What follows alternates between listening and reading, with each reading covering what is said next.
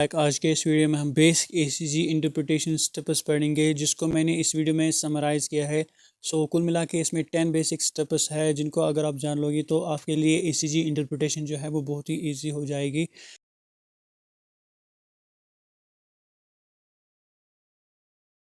Before ECG interpretation में आपको कुछ इंपॉर्टेंट पॉइंट्स रिगार्डिंग ईसीजी बताना चाहता हूँ। आपने देखा होगा कि ईसीजी कैसे लेते हैं। एक टेक्नीशियन जो है वो एक पेशेंट का ईसीजी लेता है जो हमें एक ग्राफ पे मिल जाता है। ये ग्राफ हमें एक ईसीजी मशीन के ज़रिए मिलता है। ईसीजी मशीन जो है इससे एक डिफरेंट इलेक्ट्रोड जो है वो प्लेस्ड होते हैं ऑन ए पेशेंट। इसके अलावा जब आप ईसीजी इंटरप्रिटेशन स्टार्ट करोगे तो पहले आप स्पीड और वोल्टेज जो है वो ईसीजी पेपर पे चेक करोगे जो नॉर्मली 25 मिलीमीटर पर सेकंड और 10 मिलीमीटर पर मिली वोल्ट होना चाहिए। इसके अलावा स्मॉल स्क्वायर्स और लार्ज स्क्वायर जो है उनके बारे में भी आप जान लेना। उसके बाद जो हमें 12 लीड ईसीजी मिलता है जब हम एक पेशेंट का ईसीजी लेते हैं। जो लीड्स है वो हमें डिफरेंट टाइप्स ऑफ व्यूज़ देते हैं, डिफरेंट व्यूज़ देती है। अगर हम लीड 1 और एवीएल की बात करें वो हमें लेटरल व्यू ऑफ हार्ट देती है। अगर हम लीड 2, लीड 3 और एवीएफ की बात करें वो हमें इंफीरियर व्यू ऑफ हार्ट देती है। अगर हम वी1 और वी2 की बात करें वो हमें सेप्टल व्यू ऑफ हार्ट देती है। अगर हम वी3 और वी4 की बात करें वो हमें एंटीरियर व्यू ऑफ हार्ट देती है। और अगर हम वी5 वी6 जो लीड है उनकी बात करें वो हमें लेटरल व्यू ऑफ हार्ट देती है। ये आप इसमें जान लेना कि किस तरह की व्यूज़ हमें मिलती है। First set of ECG interpretation में हमें आता है रिदम। अगर हम रिदम की बात करें तो रिदम जो है it is a regular pattern of heart beats और conduction system with normal morphology of P Q R S and T waves. Normal sinus rhythm की अगर हम बात करें, normal sinus rhythm is the rhythm that is followed by sinus beat that is P waves are present and the rhythm is normal. अब अगर हम इसमें example ले लें नॉर्मल साइनस रिदम की, अगर हम उसको एक ईसीजी ग्राफ पर देखें तो उसमें हम कहते हैं कि नॉर्मल साइनस रिदम जो है उसमें हमें पी वेव्स प्रेजेंट होनी चाहिए। और उसके अलावा जो आर इंटरवल जो है एक आर वेव से दूसरी आर वेव तक की जो डिस्टेंस है वो हमें सेम होनी चाहिए, तब जाके वो एक नॉर्मल साइनस रिदम होती है। अब अगर हम एबनॉर्मल रिदम्स की एग्जांपल ले लें तो इसमें हमें पहली एग्जांपल आती है वैंडरिंग पेस मेकर रिदम जो इरेगुलर है। उसमें हमें जो वेरिएबल पी वेव्स देखने को मिलती है और उसके अलावा इसमें चेंजिंग पी आर इंटरवल्स भी देखने को मिलते हैं। नेक्स्ट एग्जांपल की अगर हम बात करें तो इसमें आता है मल्टीफोकल एट्रियल टैकीकार्डिया जिसमें आपको वेरिएबल पी वेव्स देखने को मिलती है और इरेगुलर रिदम। इसके अलावा अगर हम नेक्स्ट एग्जांपल की बात करें तो इसमें आता है फर्स्ट डिग्री एवी ब्लॉक जिसमें आपको प्रोलॉन्ग्ड पी आर इंटरवल देखने को मिलता है, और सेकंड डिग्री एवी ब्लॉक जिसमें हमें Mobitz type first and Mobitz type second आता है। उसके अलावा अगर हम बात करें तो इसमें हमें एट्रियल फिब्रिलेशन भी देखने को मिलता है इरेगुलर में, जिसमें हमें absent P waves and irregular rhythm देखने को मिलती है। नेक्स्ट स्टेप की अगर हम बात करें तो दूसरा स्टेप हमारा आता है रेट। रेट को हम कह सकते हैं द नंबर ऑफ बीट्स और cycles that take place in 1 minute. Normal heart rate की अगर बात करें इन एडल्टस वो होता है 60 to 100 बीट्स पर मिनट, तो जिसका हम एवरेज ले सकते हैं 72 beats per minute. Heart rate जो है ये वेरी हो जाती है with respect to sex whether it is male और female and with respect to age and in athletes. अब हम देखते हैं इसमें कि हार्ट रेट को हम कैसे कैलकुलेट कर सकते हैं अगर रेगुलर रिदम होगी। हम कहते हैं हार्ट रेट जो है it is equal to 300 divided by number of large squares between two R waves. दो आर वेव्स के दरमियान हमें जो लार्ज स्क्वायर्स जो है जितने मिलेंगे उनको हम 300 से डिवाइड करेंगे। लेट सपोज अगर वो हमें 4 मिलते हैं, आर वेव के दरमियान 4 लार्ज स्क्वायर्स मिलते हैं, तो हम कहेंगे 300 डिवाइडेड बाई 4। अगर हम इसको कैलकुलेट करें तो वो आएगा 75 बीट्स पर मिनट। इसी तरह से अगर हम इसमें सेकंड मेथड देखें जिसमें हम कहते हैं कि हार्ट रेट जो है it is equal to 500 divided by number of small squares between two R waves. यानी दो आर वेव्स के दरमियान जो हमें स्मॉल स्क्वायर्स देखने को मिलते हैं उनको हम 1500 से डिवाइड करते हैं। स्मॉल स्क्वायर्स लेट सपोज अगर हमें वो 20 मिले दो आर वेव्स के दरमियान तो हम उसको 1500 से डिवाइड करेंगे और हमारा जो रिज़ल्ट है वो आएगा 75 बीट्स पर मिनट। यही हम बात कर रहे थे with respect to regular rhythm. अब अगर हम इरेगुलर रिदम की बात करें तो इसमें हम कहते हैं कि हार्ट रेट जो है that is equal to number of R waves in 30 large squares और 6 seconds multiplied by 10। 30 large square जो है that is equal to 6 seconds if the speed of paper is 25 millimetres per second. Let suppose हमें in 30 large squares में 5 are waves देखने को मिली, तो हम कहेंगे heart rate is equal to 5 multiplied by 10 is equal to 50 beats per minute. Next step इसमें हमें आता है एक्सिस। कार्डिक एक्सिस जो है हम कह सकते हैं it represents the sum of depolarisation vectors generated by individual cardiac myocyte. Normal axis की अगर हम बात करें, so normal Q R S axis जो है it lies between -30 and 90 degree. Abnormal axis deviation indicating underlying pathology is demonstrated by left axis deviation, right axis deviation and extreme axis deviation. So in axis को हम कैसे major करते हैं? So methods of ECG axis interpretation involves the quadrant method, the three lead analysis and isoelectric lead analysis. So before axis interpretation इसमें हमें पता होना चाहिए पॉजिटिव इक्विफेजिक और नेगेटिव क्यूआरएस कॉम्प्लेक्सेस क्या होते हैं. अगर आर का रेशियो एस से ज़्यादा होगा तो पॉजिटिव होगा. अगर दोनों का रेशियो आर और एस का रेशियो सेम होगा तो इक्विफेजिक. अगर आर का रेशियो एस से कम होगा तो negative QRS complex. So now let's talk about quadrant method, जिसमें हम लीड वन और ऑगमेंटेड वेक्टर फुट यानी AVF लीड लेते हैं. अगर हम इन दोनों को समराइज़ करें तो इसमें हम कहते हैं कि अगर लीड वन पॉजिटिव होगा और AVF पॉजिटिव होगा, जो एक्सिस है वो हमारी एक्सिस जो है नॉर्मल होगी. अगर लीड वन पॉजिटिव और AVF negative then possible left axis deviation. अगर लीड वन नेगेटिव और AVF positive then right axis deviation. अगर दोनों नेगेटिव होंगी यानी लीड वन और AVF अगर नेगेटिव होगा, जो एक्सिस है वो एक्सट्रीम एक्सिस होगी. इनको याद रखने के लिए अगर हम लेफ्ट एक्सिस डिविएशन में पहले देखें, उसमें हमने कहा कि लीड वन जो है वो पॉजिटिव होगा और AVF जो है वो उसमें नेगेटिव होगा, यानी upright and downwards both are leaving. So इसको हम याद रख सकते हैं लीविंग, LEAVING लीविंग, यानी L for left axis deviation. इसी तरह से अगर हम राइट एक्सिस डिविएशन में देखें तो उसमें हम कहते हैं कि लीड वन जो है वो नेगेटिव होती है और लीड AVF जो है वो पॉजिटिव होती है, यानी both the leads are reaching towards each other. So इसमें हम याद रखेंगे रीचिंग. रीचिंग में आपको आर याद रखना है, यानी right axis deviation. So next step इसमें हमें आता है three lead analysis. Three lead analysis में हम lead one, lead two and AVF लेते हैं. अगर हम इनको समराइज़ करके देखें तो हम कहते हैं अगर lead one positive, lead two positive और लीड थ्री पॉजिटिव होगी तो तीनों लीड जब पॉजिटिव होंगी तो हमें नॉर्मल एक्सिस मिलेगी. अगर lead one positive, lead two equiphasic और लीड थ्री और AVF अगर नेगेटिव होगी तो हमें फिजियोलॉजिकल लेफ्ट एक्सिस डिविएशन देखने को मिलेगा. अगर lead one positive, lead two negative and lead three और AVF नेगेटिव होगा तो हमें पैथोलॉजिकल लेफ्ट एक्सिस डिविएशन देखने को मिलेगा. अगर लीड वन नेगेटिव होगा एंड लीड टू जो है वो पॉजिटिव होगा एंड लीड थ्री और AVF भी पॉजिटिव होगा तो हमें राइट एक्सिस डिविएशन देखने को मिलेगा. अगर सारी लीड जो है नेगेटिव होंगी तो हमें एक्सट्रीम एक्सिस देखने को मिलेगी. अगर सारी लीड जो है इक्विफेजिक होंगी तो हमें इनडिटर्मिनेट एक्सिस देखने को मिलेगा. उसके बाद जो इसमें हमें एक्सिस को डिटरमाइन करने के लिए जो मेथड आता है that is iso electric lead method और हेक्सएक्सियल रेफरेंस सिस्टम. इसमें जो की प्रिंसिपल्स है वो कहता है कि अगर क्यूआरएस कॉम्प्लेक्स पॉजिटिव होगा किसी भी लीड में तो रफली हम सेम डायरेक्शन में उस लीड को लेते हैं और अगर वो लीड नेगेटिव होगी तो हम उसको अपोजिट डायरेक्शन में लेते हैं. और अब अगर वो आइसो इलेक्ट्रिक और इक्विफेजिक होगी तो उसको हम 90 डिग्री लेते हैं, क्योंकि positive deflection is equal to negative deflection. इसमें अगर हम एग्जांपल्स देखें तो ये जो आप देख रहे हैं ये ECG, इसमें आपको नॉर्मल एक्सिस देखने को मिलेगी और ये जो है ये राइट एक्सिस डिविएशन है. ये जो है इसमें आपको लेफ्ट एक्सिस डिविएशन देखने को मिलेगी. इस वीडियो को पॉज करके आप ये एग्जांपल देख सकते हैं. सो अगर हम देखें कॉज ऑफ एक्सिस डिविएशन यानी एक्सिस डिविएशन क्यों होती है, सो राइट एक्सिस डिविएशन के अपने काजेज है, लेफ्ट एक्सिस डिविएशन के अपने काजेज है और एक्सट्रीम एक्सिस डिविएशन के अपने काजेज है, ये आप जान लेना इसमें. सो इसमें फिर नेक्स्ट स्टेप जो है वो आता है P वेव. P वेव हम कहते हैं P wave is the first positive deflection on the ECG. It represents the atrial depolarization. Normal duration की अगर हम बात करें it should be less than 0.12 seconds or less than 120 milliseconds, that is 3 small squares. और अगर हम इसकी जो पी वेव जो है इसकी मॉर्फोलॉजी की बात करें तो हम कहते हैं it is monophasic in lead one, lead two and biphasic in lead V1.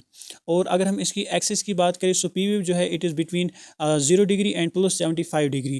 P wave जो है ये अपराइट होती है in lead one and lead two और इन्वर्टेड होती है AVR में. इसका जो एम्पलीट्यूड है it should be less than 2.5 millimetre in the limb leads and it should be less than 1.5 millimetre in precordial leads. अब अगर हम बात करें नॉर्मल पी वेव्स की और एबनॉर्मल पी वेव्स की, जो एबनॉर्मल पी वेव्स होती है उसमें हमें पीक्ड पी वेव्स और बाइफिड पी वेव्स देखने को मिलती है। पीक्ड पी वेव्स जो है ये हमें राइट एट्रियल एनलार्जमेंट में देखने को मिलती है और बाइफिड पी वेव्स जो है वो हमें लेफ्ट एट्रियल एनलार्जमेंट में देखने को मिलती है। So common P wave abnormalities जो है उसमें क्या क्या आता है, एक तो आता है पी मिट्रियल यानी bifid P waves seen with left atrial enlargement, और पी पाल्मिनल यानी पीक्ड पी वेव्स वो हमें देखने को मिलती है इन राइट एट्रियल एनलार्जमेंट। इसी तरह से पी वेव इन्वर्जन यानी इन्वर्टेड पी वेव्स वो हमें ectopic atrial and junctional rhythms में देखने को मिलती है, एंड वेरिएबल पी वेव्स जो है वो हमें देखने को मिलती है इन मल्टीफोकल एट्रियल रिदम्स। सो अब अगर हम इनकी एग्जांपल्स की बात करें तो ये जो आप देख रहे हैं ये पी मेटेरियल है, इसमें आपको एम शेपर्ड पी वेव्स देखने को मिलेंगे। और इसी तरह से नेक्स्ट एग्जांपल की अगर हम बात करें तो ये जो आप देख रहे हैं इसमें आपको पी पाल्मिनल यानी पीक्ड पी वेव्स देखने को मिलेंगे। और नेक्स्ट एग्जांपल की अगर हम बात करें तो उसमें आपको इन्वर्टेड पी वेव्स देखने को मिलेंगी। सो इन्वर्टेड पी वेव्स जो है इसमें इन्वर्टेड पी वेव्स होती है। सो नेक्स्ट एग्जांपल की अगर हम बात करें तो उसमें आपको जो है वेरिएबल पी वेव्स देखने को मिलेंगे, यानी पी वेव जो है वो वेरिएबल होती है, उनकी शेप जो है मॉर्फोलॉजी जो है वो डिफरेंट होती है एक दूसरे से। नेक्स्ट स्टेप की अगर हम बात करें so it is QRS complex, जो बहुत ही इंपॉर्टेंट है। QRS complex comprises Q R and S wave and is a large complex on an ECG which represents the ventricular depolarisation और वेंट्रिकुलर कॉन्ट्रैक्शन। अगर हम इसकी ड्यूरेशन की बात करें इट इज़ 0.08 सेकेंड्स और 2 स्मॉल स्क्वायर्स। एक्सिस की अगर हम इसकी बात करें तो it is -30 degree to +90 degree on an hexaxial reference system. इसमें हमें फिजियोलॉजिकल क्यू वेव्स देखने को मिलती है in lead 1 and AVL। R waves जो होती है इनका मैग्नीट्यूड जो है वो ग्रेजुअली इंक्रीज होता है from lead V1 to V6, representing transition from right ventricular to left ventricular QRS complexes. यानी लीड V1 जो है और लीड V6 जो है, इसमें आपको जो लीड V1 है उसमें नेगेटिव वेव्स देखने को मिलेगी एंड V6 में पॉजिटिव। सो अगर हम बात करें नैरो क्यूआरएस कॉम्प्लेक्स मॉर्फोलॉजी की, सो नैरो कॉम्प्लेक्सेस जो है they are supraventricular in origin. Narrow QRS complexes जो है ये 3 मेन प्लेसेस से अराइज होती है, जिसमें सबसे पहले आता है साइनो एट्रियल नोड जहां हमें नॉर्मल पी वेव्स देखने को मिलती है, फिर एट्रिया जहां हमें abnormal P waves, Flutter waves और फिब्रिलेटरी वेव्स देखने को मिलती है, and the third one is from AV node और जंक्शन जहां हमें नो पी वेव्स और abnormal P waves with short PR interval देखने को मिलता है।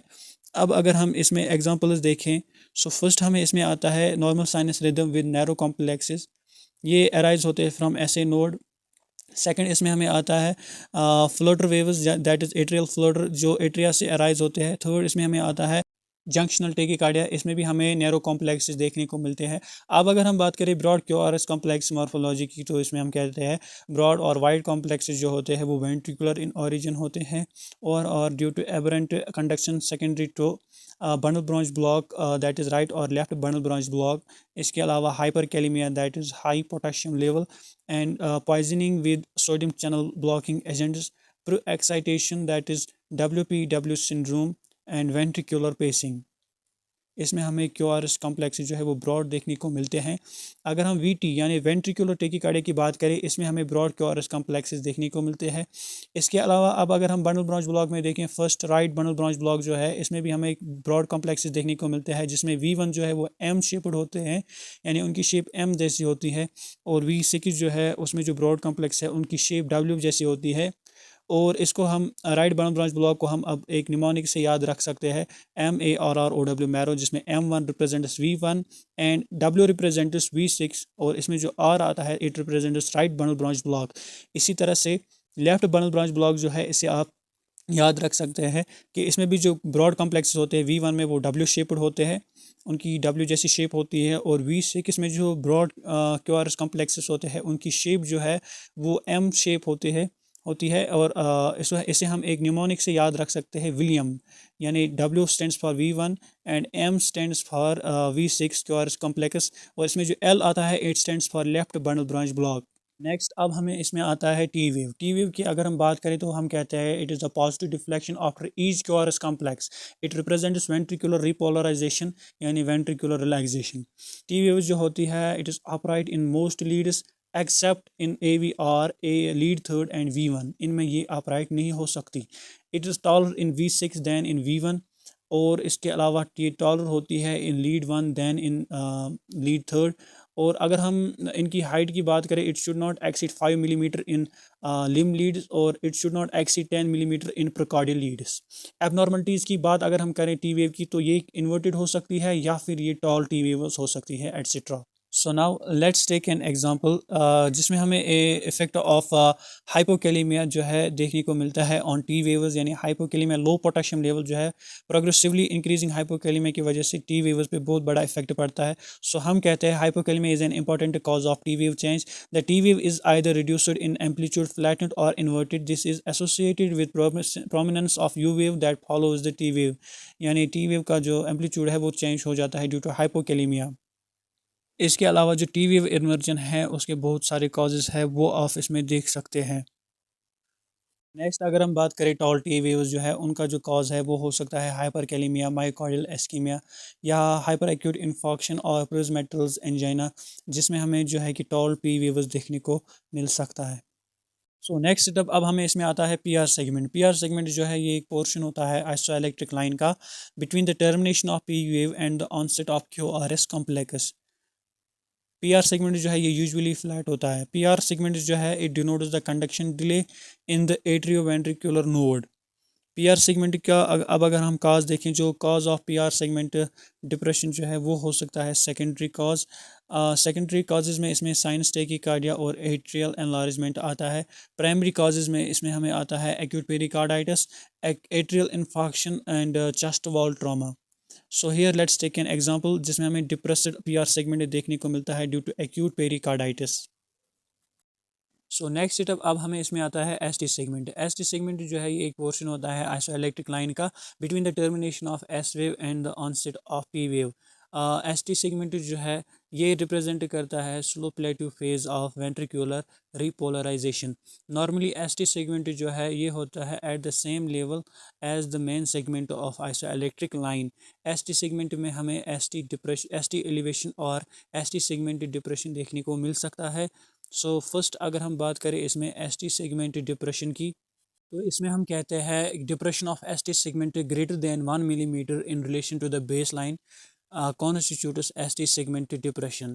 So here let's see in this example lateral wall ischemia changes after angina pectoris, जिसमें हमें एस टी सेगमेंट डिप्रेशन देखने को मिलता है एंड इसके अलावा इसमें टी वेव इन्वर्जन्स भी देखने को मिल सकता है।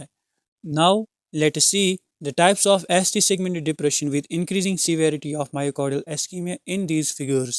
In figure A, we can see only J point depression, or we can say upsloping ST segment.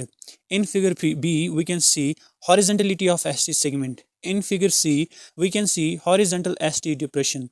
In figure D, we can see sagging depression, or we can say hammock like ST segment. इसके अलावा अगर हम बात करें causes of S T segmented depression की, तो इसमें आता है non specific causes and specific causes, जो आप इस वीडियो को पॉज करके देख सकते हैं। उसके बाद एस टी सेगमेंट एलिवेशन आता है, जिसमें हम कहते हैं elevation of S T segment exceeding 1 millimetre in relation to the base line constitutes S T segment elevation. S T segment elevation के काजेज़ को अगर हम देखें तो उसमें आता है coronary artery disease, myocardial infarction, Prinzmetal's angina, Dressler syndrome, acute pericarditis, ventricular aneurysm, early repolarization. So here now let's take an example जिससे हमें ये समझ में आ जाए। यहाँ पे आप देख सकते हैं phases of acute myocardial infarction, जिसमें हमें पहले फेज में अगर हम देखें जो normal Q R S T हमें देखने को मिलता है, एंड सेकंड में हाइपर एक्यूट फेज देखने को मिलता है, and in third figure we can see fully evolved phase, and in the we can see stabilized phase. S T segment elevation जो है वो हमें एक्यूट पेरिकार्डाइटिस में भी देखने को मिल सकता है। इसके अलावा भी इसमें बहुत सारे काजेज आते हैं। नेक्स्ट अब हमें इसमें आता है P R interval. P R interval जो है it is measured on the horizontal axis from the onset of P wave to the beginning of Q R S complex. Normal P R interval in adults ranges from 0.12 to 0.20 seconds depending upon the heart rate. PR interval जो है it is longer at slow heart rates and shorter at faster heart rates. PR interval जो है abnormalities of PR interval are prolonged PR interval, shortened PR interval, variable PR intervals. Let's see some examples of it. Here you can see PR interval जो है वो prolonged है. It is seen in first degree AV block. Here you can see shortened PR interval. It is seen in junctional rhythm. यहाँ आप देख सकते हैं PR interval जो है ये शॉर्टनड है, या आप WPW सिंड्रोम में देख सकते हैं. इसके अलावा जो अदर कॉजेज़ है वो भी आप इसमें देख सकते हैं, जिसमें वेरिएबल PR इंटरवल देखने को मिल सकता है. सो लास्ट स्टेप अब हमें इसमें आता है क्यूटी इंटरवल. क्यूटी इंटरवल जो है it is measured from the onset of Q wave to the termination of T wave. Normal duration की अगर हम बात करें क्यूटी इंटरवल की, so it ranges from 0.35 to 0.45 seconds. QT interval जो है ये स्लाइटली टेंट करता है shorter in young young individuals and slightly longer in elderlies. अगर हम एबनॉर्मलिटीज़ की बात करें एसटी सेगमेंट की, तो इसमें हमें शॉर्टनड और प्रोलॉन्ग्ड क्यूटी इंटरवल देखने को मिल सकता है. Let's take an example here.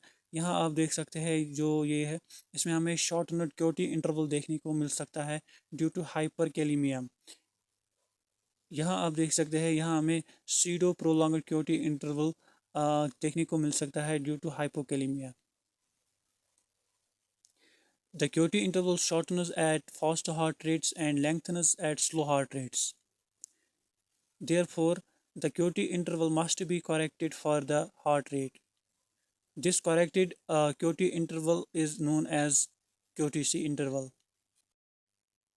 जिसमें हम बेजेट्स फार्मूला यूज़ करते हैं जो यहाँ पे दी गई है. So, when the RR interval is 25 millimeter or 1 second, the value of RR is 1 and the QTC is equal to QT interval. This occurs at the rate of 60 beats per minute.